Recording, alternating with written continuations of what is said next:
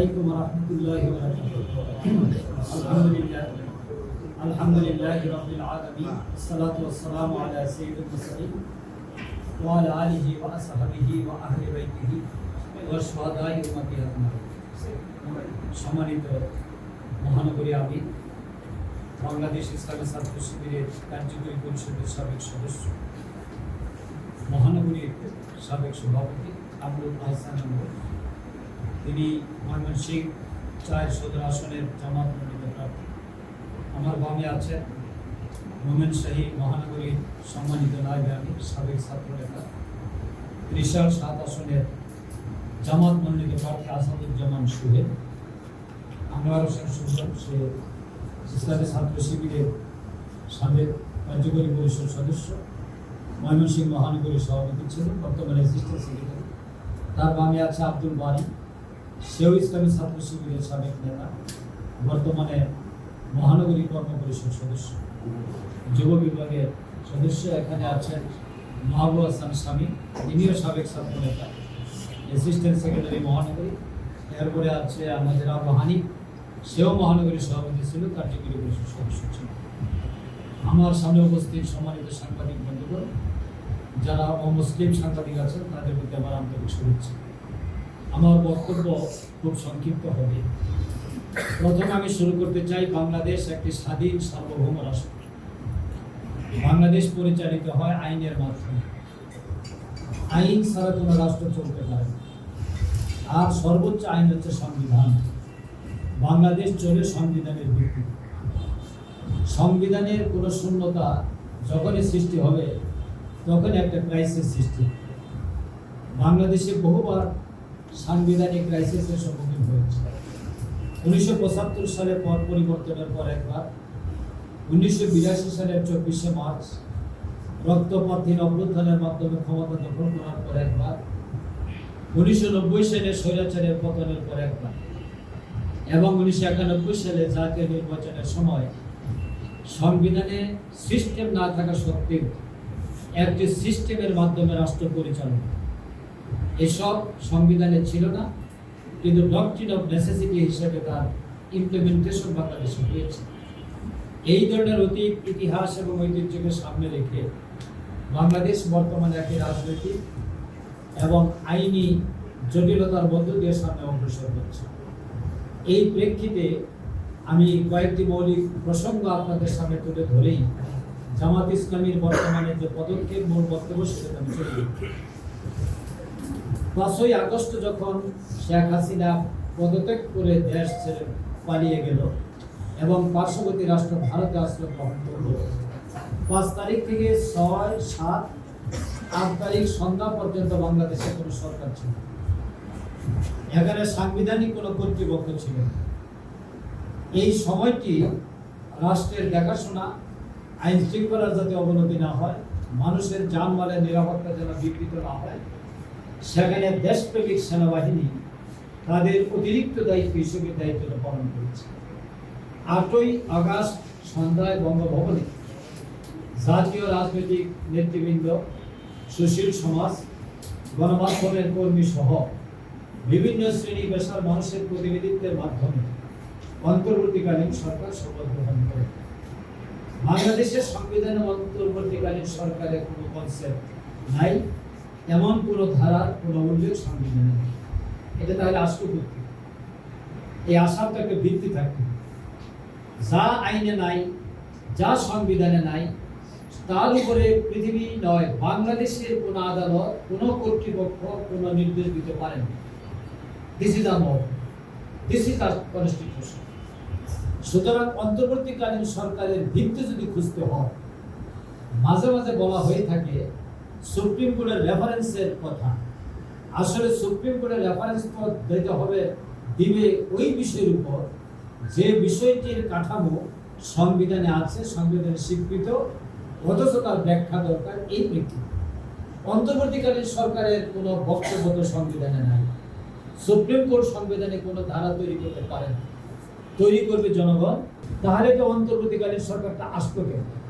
বাংলাদেশের সংবিধানের 7 নম্বর ধারায় বলা আছে, জনগণের অভিব্যক্তি, অভিপ্রায়ের অভিব্যক্তি হিসেবে তাদের মতের প্রকাশ হিসেবে জনগণের মতামতের ভিত্তিতে এই সরকার গঠন করা। এই সেন্সটাকে সামনে রেখে যেহেতু বাংলাদেশের জনগণ কোনো না কোনো রাজনৈতিক দলকে সমর্থন করে, আর আওয়ামী লীগ যেহেতু পালিয়ে গেছে, গণধিকৃত গণনিন্দিত একটি দলে পরিণত হয়ে গেছে, আওয়ামী লীগ বাদ দিয়ে সকল রাজনৈতিক দলের প্রতিনিধিগণ একমত হয়ে এই সরকার গঠনের ক্ষেত্রে ঘোষণা দিয়েছেন। ফলে এটা একটা ভিত্তি পেয়ে গেছে, আইনি ভিত্তি। এর উপরে বর্তমান সরকার দণ্ডায়মান হয়ে রাষ্ট্র পরিচালনা করছে। যদি জনগণের এই অভিব্যক্তির অভিপ্রায়কে অথবা অভিপ্রায়ের অভিব্যক্তিকে আমরা স্বীকৃতি না দেই, তাহলে বর্তমান সরকার ক্ষমতা দখল করা সম্পূর্ণ অবৈধ, আনলফুল, আনকনস্টিটিউশন। তাহলে এই সরকারকে তো বিচারে কাঠ করে দাঁড়ায়। অতএব ভিত্তিটা হলো জনগণের প্রতিনিধি হিসেবে রাজনৈতিক দল সমূহ সমর্থন দেওয়ার কারণে এই সরকার একটি জনসমর্থন নিয়ে রাষ্ট্র পরিচালনা করছে। এখন আসেন যে এই প্রেক্ষিতেই কিন্তু দরকার হয়ে পড়েছিল স্টেট রিফর্ম, রাষ্ট্র সংস্কার। কেউ কিন্তু এই প্রস্তাবটা প্রথম দেননি। আমি আজকে স্পষ্ট উল্লেখ করছি, 9 অক্টোবর 2024 অন্তর্বর্তীকালীন সরকার গঠনের ঠিক 2 মাস পর 8ই আগস্ট ওনারা ক্ষমতায় অধিষ্ঠিত হয়েছেন, শপথ নিয়েছেন। আর 9 অক্টোবর ঠিক 1 মাস 29 দিন পর বাংলাদেশ জামাত ইসলামের সম্মানিত আমির, বাংলাদেশের জনগণের অভিসংবাদিত নেতা ডাক্তার শফিকুর রহমান, তিনি হোটেল ওয়েস্টিন গুলশানে বাংলাদেশের অবস্থানরত বিভিন্ন রাষ্ট্রদূত, বিভিন্ন শ্রেণী পেশা, রাজনৈতিক নেতৃবৃন্দ, সুশীল সমাজ, অবসরপ্রাপ্ত সেনা কর্মকর্তাদের সামনে প্রথমে জাতির সামনে সংস্কার প্রস্তাব তুলে ধরেন। এই সংস্কার প্রস্তাবের মধ্যে প্রথমে ছিল 10 দফা 31টি পয়েন্ট। তার মধ্যে একটি বিষয় তিনি উল্লেখ করেছিলেন, বাংলাদেশের 54 বছরের নির্বাচন পর্যালোচনা করে দেখা যাচ্ছে 12টি জাতীয় সংসদ নির্বাচনের একটি নির্বাচনও সুষ্ঠু হয় নাই, মাঝখানের 3টি বাদ দিয়ে 91, 96, 2001। এই 3টি হয়েছিল কেয়ারটেকার সরকারের অধীনে এবং এটা পারফেক্ট ইলেকশন হয়েছে। এই পারফেক্ট নির্বাচনও প্রশ্নবিদ্ধ করা হয়েছে যারা হেরে গেছেন তারা। ফলে এটা বাদ দিয়ে বাকি 9টি নির্বাচন, প্রত্যেকটি নির্বাচনে প্রশ্ন আছে। অতএব প্রশ্ন মুক্ত নির্বাচন উপহার দেওয়ার লক্ষ্যে আমাদের নির্বাচন ব্যবস্থা একটা সংস্কার হওয়া দরকার, সিস্টেম একটু চেঞ্জ হওয়া দরকার। এই প্রেক্ষিতে তিনি পিআর পদ্ধতির প্রস্তাব রেখেছিলেন। এই প্রস্তাবটা কিন্তু জামাত 9 অক্টোবর রেখেছে। আমাদের রাজনীতিবিদগণ কথা বলেন ক্ষমতায় যাওয়ার রাস্তা কোনটা সহজ সেটাকে সামনে রেখে, আর জামাত কথা বলে কোনটি করলে জনগণের মঙ্গল হবে, কল্যাণ হবে, স্থায়ী ইনস্টিটিউশন হিসেবে প্রতিষ্ঠিত হবে, জাতি সুবল পাবে, সেই দৃষ্টিভঙ্গিকে সামনে রেখে। সুতরাং দৃষ্টিভঙ্গিগত পার্থক্যের কারণে মূল্যায়নে পার্থক্য হয়ে গেছে। ওই সময় কোন রাজনৈতিক দল এই জিনিসটাকে বেশি আলোচনা আনে না। এরপরে যখন পিআর পদ্ধতি নিয়ে জামাত জোরে সোরে বলা শুরু করে দিল, জাতীয়ভাবে একটি প্রস্তাব এসে গেল এবং বাংলাদেশের সুশীল সমাজের সামনে উপস্থাপিত হলো পৃথিবীর 91 ডেমোক্রেটিক স্টেটে পিআর পদ্ধতি চালু আছে। তখন বাংলাদেশে পিআর পদ্ধতি চালুরও একটা দাবি ওঠা শুরু হলো। বাংলাদেশের 31টি রাজনৈতিক দলের সাথে ঐক্যমত্য কমিশন আলোচনা করেছেন। 26টি রাজনৈতিক দল পিআর পদ্ধতির পক্ষে মত দিয়েছে। 26টি রাজনৈতিক দল যতগুলো জনগণের প্রতিনিধিত্ব করেন, তাতে more than 70% people support this political party or organisation. সুতরাং অধিকাংশ মানুষ পিআর পদ্ধতিকে সমর্থন দিচ্ছে। সংবিধানে তো নির্বাচনের কথা বলা নাই, সেটা পিআর পদ্ধতি হবে না অন্য কোনো পদ্ধতিতে হবে, কোনো বক্তব্য দেওয়া নাই। আমাদের নির্বাচন কমিশন একটা বক্তব্য দিয়ে দিলেন এটা সংবিধানে নাই। ওনার এই বক্তব্যটাই দেওয়া সাংবিধানিক, কারণ এটা সংবিধানে নাই। সংবিধানে বলা আছে নির্বাচন কমিশন নির্বাচনের ব্যবস্থা করবেন, কোন পদ্ধতিতে হবে সেটা আইনের দ্বারা ঠিক হবে। সে আইন ঠিক করার দায়িত্ব হলো নির্বাচন কমিশনের। নির্বাচন কমিশন প্রস্তাব দিবেন আর আইন মন্ত্রণালয় সেটাকে অধ্যাদেশ আকারে জারি করে সেটা ইমপ্লিমেন্টেশন করবেন। এই সহজ জিনিসটাকে তারা জটিল করে ফেললেন বলে যে এটা সংবিধানে নাই। আসলে এটা সংবিধানে কোনোটাই নেই। অতএব এটা অসাংবিধানিক বক্তব্য, এই বক্তব্যের কোনো ভ্যালু নেই।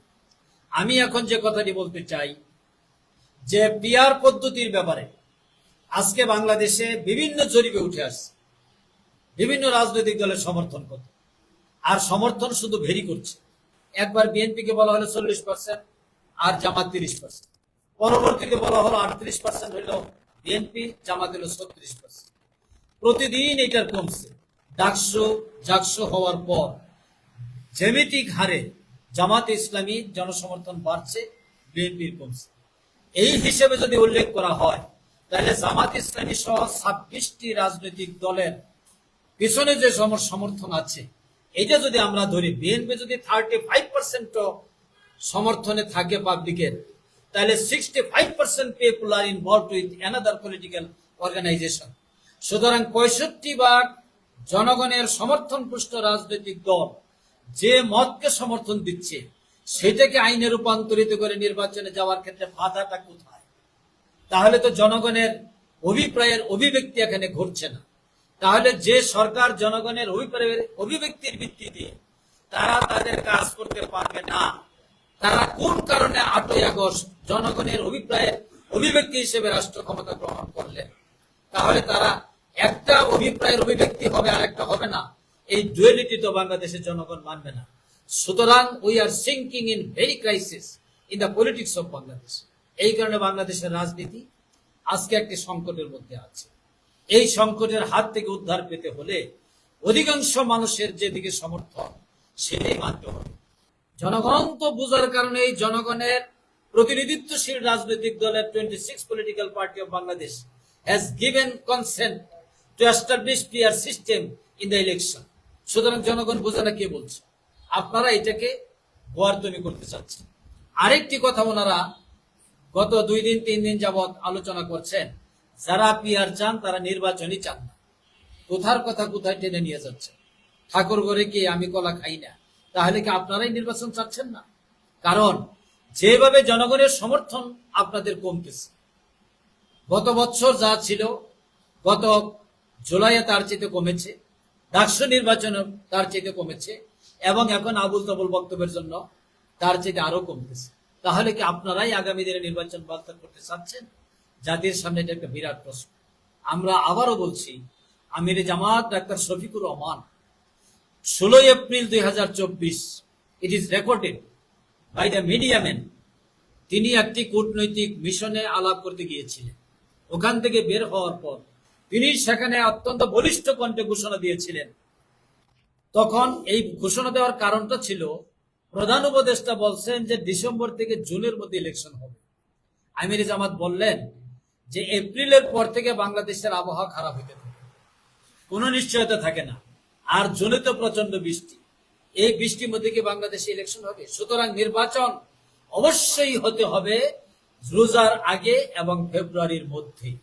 একদম স্পষ্ট বক্তব্য, কোনো অস্পষ্টতা নাই। ওনার এই বক্তব্য দেওয়ার পর জামাত ইসলামী নির্বাচন ফেব্রুয়ারি মাসে চায় না, এই কথা বলার কোনো সুযোগ কোন রাজনৈতিক দলের, কোন নেতার, কোন ব্যক্তির নেই। সুতরাং জামাতের অবস্থান খুবই পরিষ্কার। আমি আপনাদের সামনে আজকে যে পয়েন্টে এখন কথা বলতে চাই, জামাত ইতিমধ্যেই 7 দফার ভিত্তিতে 19 জুলাই জাতীয় সমাবেশ করেছে। গত মাসে আমরা 5 দফা সুনির্দিষ্টভাবে পেশ করেছি। কারণ এই 5 দফা যদি বাস্তবায়ন না হয় তাহলে বাংলাদেশে আবার স্বৈরাচারের পুনরুত্থান হবে, স্বৈরাচারী ব্যবস্থার দিকে বাংলাদেশ ফিরে যাবে। এত কষ্টে অর্জিত বাংলাদেশের যে অবস্থা আমরা তৈরি করেছি, দেশের যুব সমাজ তৈরি করেছি, দেখেন দুনিয়ার ইতিহাসে একটি জাতীয় দৈনিকে রিপোর্ট এসেছে যে শিশুকাল থেকে শুরু করে 16 বছর বয়স পর্যন্ত শিশু এবং কিশোরদের যে বয়সটা, এই বয়সের 137 জন লোক গুলিবিদ্ধ হয়ে বোমা খেয়ে তারা নিহত হয়েছে। দুনিয়ার ইতিহাসে 400 গণতান্ত্রিক আন্দোলনের রেকর্ড পর্যালোচনা করে দেখা গেছে কোন গণতান্ত্রিক আন্দোলনে এত শিশুর প্রাণহানি ঘটে নাই, সেটা বাংলাদেশে হয়েছে। 2000-এর মতো লোক শহীদ হয়েছে, 40,000-এর মতো লোক আহত হয়েছেন, পঙ্গু হয়ে গেছেন অনেকে। এই ধরনের কষ্টে অর্জিত স্বৈরাচার মুক্ত যে বাংলাদেশ আমরা পেয়েছি, সেই বাংলাদেশে আবার ফ্যাসিবাদী ব্যবস্থার দিকে ফিরে যাক, এটা কিছুতেই কাম্য হতে পারে না। এই জন্য জামাত অনেক চিন্তা করেই 5টি সুনির্দিষ্ট দফা আমরা পেশ করেছি। আমি এর উপরে একটু কথা বলবো, সেটা হচ্ছে জুলাই জাতীয় সনদের ভিত্তিতে আগামী ফেব্রুয়ারিতে নির্বাচনের আয়োজন করা হবে। কারণ জুলাই জাতীয় সনদ যদি ঘোষিত না হয়, এর যদি আইনি ভিত্তি না থাকে, তাহলে বাংলাদেশের এই যে 12-13 মাস যাবৎ 424 দিন যাবৎ বর্তমান সরকার রাষ্ট্র পরিচালনা করছে, 424 দিনের তাদের রাষ্ট্র পরিচালনা সম্পূর্ণ ইলিগাল হয়ে যাবে, অবৈধ হয়ে যাবে। কারণ তারা তো সংবিধান তো অকার্যকর হয়ে গেছে শেখ হাসিনা যেদিন পালিয়ে গেছে সেদিন। কারণ প্রধানমন্ত্রী নাই, মন্ত্রী পরিষদ নাই, তাহলে রাষ্ট্র চালায় কে? তারপরেও কি সংবিধান থাকে? যে দেশের এক্সিকিউটিভ নাই, মিনিস্টার নাই এবং এমপি নাই, পার্লামেন্ট নাই, সেই দেশের তো কোনো জনগণের পরিচালনার কোনো প্রতিনিধিত্বই নাই। সুতরাং এই অকার্যকর পরিস্থিতি থেকে মুক্তি লাভ করেছে যে সিস্টেমটা, সেই সিস্টেমটাকে আইনি ভিত্তি দিতে হলে জুলাই সনদকে আইনি ভিত্তি দিতে হবে। এখন প্রশ্ন আসছে, গতকালকে একজন বক্তব্য রাখছেন, আজকে জাতীয় দৈনিক এসেছে যে আইনের বাইরে তারা কোনো কাজ করবেন না। আপনি তো নিজে এখন আইনের বাইরে আছেন, এখন আছেন জনগণের ইচ্ছার অভিপ্রায়ের অভিব্যক্তি হিসেবে আপনি আছেন। এটা বাদ দিলে আপনার কোনো ভিত্তি থাকে না। এইটাকে আমরা বলেছি যে আইনি ভিত্তি দিতে হলে একটা রেফারেন্ডাম লাগবে অথবা প্রেসিডেন্সিয়াল অর্ডার লাগবে। দুইটাই ইমপ্লিমেন্টেশন করেছিলেন শহীদ রাষ্ট্রপতি জিয়াউর রহমান 1977 সালে। কারণ তিনি প্রথম অর্ডার করেছিলেন, অর্ডার নাম্বার 1, এই অর্ডারের ভিত্তিতে তিনি গণভোট করেছিলেন। সেই দৃষ্টান্তকে সামনে রেখে আজকে গণভোটের মাধ্যমে জুলাই সনদকে আইনি বিধানে বা আইনের রূপ দিতে বাধা কোথায়? যদি দেওয়া না হয় তাহলে এই আন্দোলন হবে সংবিধানের 7 নম্বর ধারা মোতাবেক রাষ্ট্রদ্রোহী, আর রাষ্ট্রদ্রোহীর সাজা হলে মৃত্যুদণ্ড। আপনি কোনটাতে যাবেন? এই ধরনের অবাঞ্ছিত পরিস্থিতির দিকে আমাদের প্রজন্মকে আমরা ছেড়ে দিতে পারি না। এই প্রেক্ষিতেই আমরা জোর দিয়ে বলেছি জুলাই সনদকে আইনি ভিত্তি দিতে হবে। নাম্বার 2, উভয় কক্ষ, একটা হলো নিম্ন কক্ষ আর একটা উচ্চ কক্ষ। উচ্চ কক্ষের ব্যাপারে সকল রাজনৈতিক দল একমত হয়ে গেছে। দুটো পদ্ধতি আমরা বলেছি, পিআর পদ্ধতিতে হতে হবে। এর উপরে ব্যাখ্যা দেওয়ার এখানে বিস্তারিত কিছু না, একটা বই বের করা হয়েছে, এটা বোধহয় আজকে আপনাদেরকে দেওয়া হবে। এটা নিলে বিস্তারিত ব্যাখ্যা পেয়ে যাবেন। একটি জিনিসই বলবো, 91 এর ইলেকশনে 30% ভোট পেয়ে কিন্তু একটি দল বিএনপি রাষ্ট্র ক্ষমতার সংখ্যাগরিষ্ঠতা পেয়ে 144টা আসন পেয়েছিল, 40টা কিন্তু সরকার গঠন করতে পারে নাই। ভোট পেয়েছিল 30%। জামাত পেয়েছিল 12.13% ভোট, সমর্থন দিয়েছিল নিঃশর্ত, বিএনপি সরকার গঠন করেছে। 2001 সালে আওয়ামী লীগের ভোটে 40, বিএনপির ভোটে 40। এটা ছিল 4 দলীয় জোট। জামাতের ভোটটা এখানে কিন্তু যোগ হয়েছে, যোগ হওয়ার পর 40 হয়েছে, আওয়ামী লীগ পেয়েছে 40%। এই প্রেক্ষিতে বিএনপি 4 দলীয় জোট পেয়েছিল 200-র নিচে। তাহলে 40% ভোটের ভিত্তিতে দেখা গেল 60% ভোটারদের নেতৃত্ব দিয়েছে 40% ভোট প্রাপ্ত দল। আমরা এর থেকে বের হয়ে আসতেছি। 100% ভোটের পার্লামেন্ট গঠিত হইতে হবে। এটা হলো পারফেক্ট এন্ড পিওর ডেমোক্রেসি। 100% ভোটারের প্রতিনিধি এখানে নিশ্চিত হবে। 40% এর ভোটাররা রাষ্ট্র ক্ষমতা চালাবেন, এটাকে আমরা কিছুতে পিওর ডেমোক্রেসি বলতে পারছি না। এই জন্যই পিআর সিস্টেম। এই সিস্টেমে আমরা আগামী নির্বাচন চাচ্ছি। আর এই নির্বাচন যদি হয়, 1 নম্বর কালোবাজারি বন্ধ হবে, কালো টাকার ব্যবহার বন্ধ হবে, মাস্তানি বন্ধ হবে এবং কেন্দ্র দখল বন্ধ হবে, আর ভোট বাণিজ্য বন্ধ হবে। কোনো বুদ্ধিজীবী বলেন ওতে আরো নাকি বাণিজ্য বাড়বে। সেই বাণিজ্যটা ওই নেতা যখন সিট বিক্রি করতে চাইবে সেই বাণিজ্য হবে, ভোটারদের সাথে কোনো বাণিজ্য করতে পারবে না। ঠিক এই সময়ে ভোটাররা এবং ক্যান্ডিডেট যেহেতু থাকবে না, দল হবে ক্যান্ডিডেট, দলের ভালো নেতা যারা, তারাই শুধুমাত্র এখানে ইলেক্টেড হবেন। কোনো দুশ্চরিত্রবান লোক পার্লামেন্টে যাওয়ার কোনো সুযোগ পাবে না। সেই ক্ষেত্রে রাজনীতিতে একটা গুণগত পরিবর্তন হবে। এই পরিবর্তনটা জামাত চাচ্ছে। এটা জামাতের কোনো ইন্টারেস্ট না, এটা জাতির ইন্টারেস্ট, এবং এই ইন্টারেস্টের ভিত্তিতে আমরা আগামীতে নির্বাচনটা চাই। এখন আসেন, যত জরিপ, ইনোভেশন এবং জাতীয় একটি দৈনিকে 8ই মার্চ প্রকাশিত তথ্যের ভিত্তিতে বোঝা যায় জামাতের ভোট বর্তমানে 38%-এর মতো। অন্যদের তো কমতেছে, জামাত বাড়তেছে। আর ডাকসু, চাকসু, রাকসু, জাকসু সব দুটো তো হয়ে গেছে। ভাগ ভাগে নির্বাচন হয়ে গেলে ইনশাল্লাহ যুব সমাজের মতের প্রতিফলনের মাধ্যমে বাংলাদেশের মানুষ 100% জামাতের দিকে ঝুঁকে যাবে, ইতিমধ্যে ঝুঁকে গেছে। সুতরাং আমরা তো এইভাবেই বর্তমান প্রক্রিয়াতেই ক্ষমতায় চলে আসবো ইনশাল্লাহ। আমাদের তো পিআর পদ্ধতির প্রয়োজন নাই। সুতরাং পিআরকে তো আমরা অ্যাভয়েড করার কথা, কিন্তু আমরা চাচ্ছি অতীতের যে রেকর্ড 30% ভোট পেয়ে সরকার গঠন হয়েছে, 40% ভোট পেয়ে সরকার গঠন হয়েছে। সুতরাং এবার জামাত এককভাবে সরকার গঠন করার প্রচলিত যে নির্বাচনের সিস্টেম আছে এর ভিত্তিতে এমনি নির্বাচনে চলে আসার সম্ভাবনা। এর পরেও আমরা চাচ্ছি পিআর পদ্ধতির মাধ্যমে একটা স্থায়ী সিস্টেম চালু হোক, যেখানে ডেমোক্রেসি শক্তিশালী হবে, জনগণের প্রতিনিধিত্ব 100% নিশ্চিত হবে। জামাতের এই চাওয়াটা হচ্ছে জাতির ইন্টারেস্ট। আশা করি সকলে এইটা বুঝতে পারবেন এবং এই ডাকে আপনারা সকলে সাড়া দিন। এরপরে আমরা বলছি লেভেল প্লেইং ফিল্ড গঠন করতে হবে। কি করুন অবস্থা দেখেন, হুমকি দামকে কিন্তু চলছে। মিছিলে জামাত ইসলামের লোক আসবে, দলে দলে বাধা দেওয়া হয়। দোকানদারকে দোকান বন্ধ করে তাদের মিছিলে যাওয়ার জন্য প্ররোচিত করা হয়। এটার নাম লেভেল প্লেইং ফিল্ড। থানায় গিয়ে হুমকি দেওয়া হয়, অমুককে ধরতে হবে, মামলা দেওয়া হয়, জিডি করা হয়। এগুলি কিসের লক্ষণ? এটা লেভেল প্লেইং ফিল্ড নয়। আমরা বলছি এই সব তৎপরতা বন্ধ করে একটা সম অধিকার নির্বাচনের পরিবেশ তৈরি করতে হবে, যেটা এখন এস্টাবলিশ হয় নাই। এরপরে আমাদের যে বক্তব্য সেটা হচ্ছে যে ফ্যাসিস্ট সরকারের আমলে যত জুলুম নির্যাতন হয়েছে, সেটা হচ্ছে শাপলা গণহত্যা, তারপরে বিডিআর, দ্যাট মিনস পিলখানায় হত্যাকাণ্ড হয়েছে, দেশপ্রেমিক সেনাবাহিনীকে হত্যা করা হয়েছে, তাদেরকে আজকে দৃশ্যের আড়ালে নিয়ে চলে যাওয়া হয়েছে। তার বিচার হতে হবে এবং সমস্ত গণহত্যার বিচার হতে হবে। এরপরে সর্বশেষ যেটা জুলাই আগস্ট 36 দিনের যে নির্মম হত্যাকাণ্ড, তার বিচার দৃশ্যমান হতে হবে। হয়তো সব করা সম্ভব হবে না, কিন্তু দৃশ্যমান হতে হবে। এরপরে সর্বশেষ আমাদের 5 দফার দাবি হচ্ছে যে আওয়ামী লীগ 15.5 বছর বাংলাদেশের মানুষের উপর জুলুম করেছে একটি শক্তির সমর্থনকে সামনে রেখে, একটা রাজনৈতিক শক্তি। এই রাজনৈতিক দলের নেতা বলছেন তাদের রেজিস্ট্রেশন হয়েছিল দিল্লিতে। যাদের অফিস দিল্লিতে নিজেরা স্বীকার করেন, তারা বাংলাদেশে রাজনীতি করবেন কেন?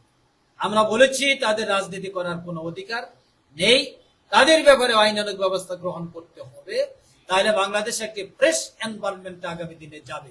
এই পরিস্থিতিকে সামনে রেখেই আমরা আগামী দিনে 5 দফার ভিত্তিতে যে আন্দোলন, তার অংশ হিসেবে আজকে ময়মনসিংহ মহানগরীর সাংবাদিক বন্ধুদের কাছে আমি কেন্দ্রীয় সংগঠনের পক্ষ থেকে মহানগরে আয়োজিত এই জায়গায় আমাদের দৃষ্টিভঙ্গি তুলে ধরলাম। আমি বিশ্বাস করি যে peoples will is the supreme law, জনগণের মত সর্বোচ্চ আইন। অধিকাংশ রাজনৈতিক দল যেদিকে অবস্থান নিয়েছে, জনগণের মত সেদিকে দৃশ্যমান হয়ে গেছে।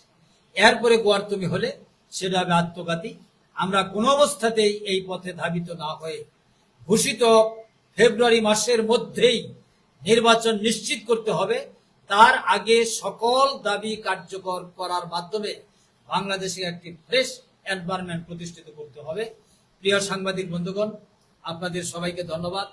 ময়মনসিংহ বিগত স্বৈরাচার বিরোধী আন্দোলনে সবচেয়ে বড় অবদান রেখেছে। অনেক লোক এখানে শহীদ হয়েছে। ময়মনসিংহের যে মিছিল হয়েছে, এই মিছিল যদি এখন স্ক্রিনে দেখা হয়, বাংলাদেশের মানুষ আশ্চর্য হয়ে যাবে এত বিপুল সংখ্যক লোক কোথা থেকে নেমে আসছে। সেই মাটিতে দাঁড়িয়ে আজকে আমি এই 5 দফার ভিত্তিতে কথা বললাম। আপনারা জনমত তৈরিতে সহযোগিতা করবেন, ভূমিকা রাখবেন। আগামী দিনে একটি সুন্দর সম্ভাবনার বাংলাদেশ বিনির্মাণে আমরা এগিয়ে যাব। আপনাদের সবাইকে শুভেচ্ছা। আল্লাহ আমাদের সহায় হন। আসসালামু আলাইকুম ওয়া রাহমাতুল্লাহি ওয়া বারাকাতুহু।